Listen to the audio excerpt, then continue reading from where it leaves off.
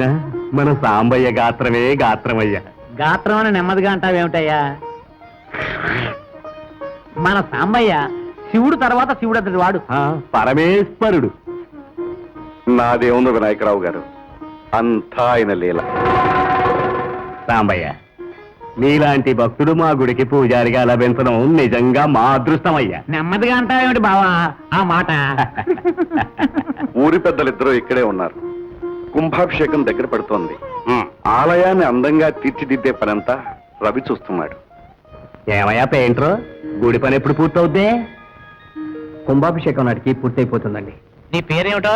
రవండి. రవి.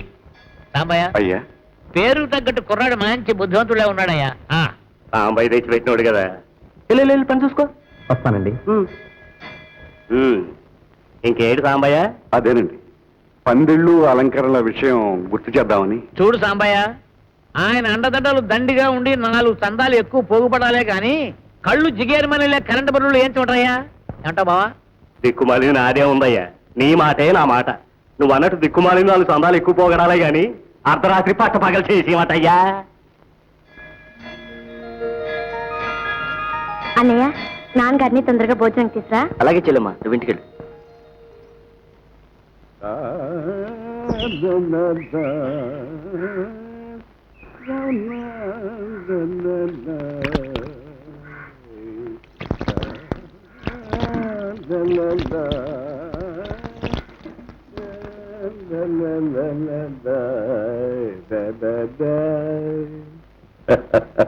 ఏమిటండి అంత ఆనందం? ఆనందం కాక మరేమిటే. అటు శివుని చూస్తే నయనానందం, ఇటు భక్తులను చూస్తే కర్ణానందం. ఆహాహా, మనం అంటే వాళ్లకు ఏమి భక్తి, ఏమి మర్యాద.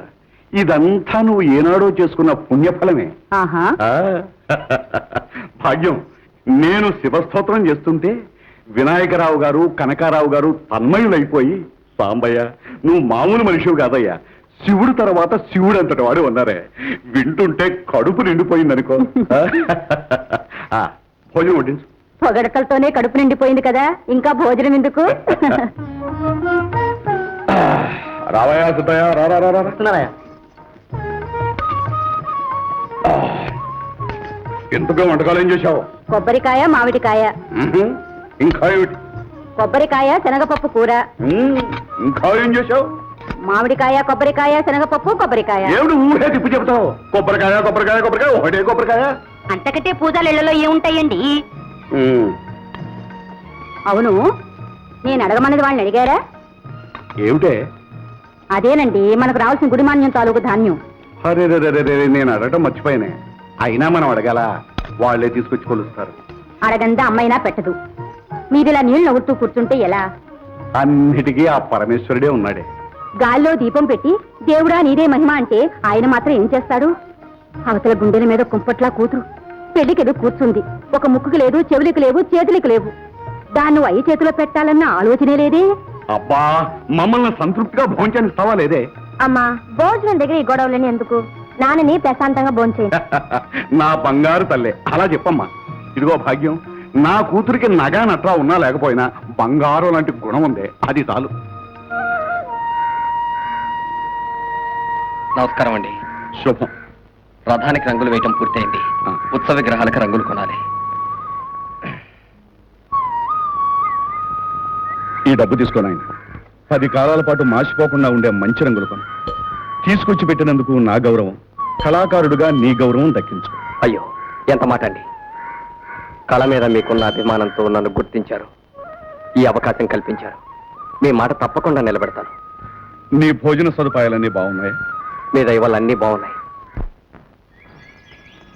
నమస్కారం అండి. నమస్కారం. సాంబయ్య గారి కూతురు మీరే అనుకుంటా? అవును, నేనే. నా పేరు కమల. అయితే ఏమిటి? నా పేరు రవి అండి. రవా కదా? కవిని కాదండి, పెయింటర్ని. ఓహో, కుంభాభిషేకం ఏర్పాట్లు చేసేది మీరేనమాట. మీరు చాలా బుద్ధిమంతులని విన్నాను. అవునండి, మనసుకు నచ్చిన వారితోనే మనసు విప్పి మాట్లాడటం నాకు అలవాటు.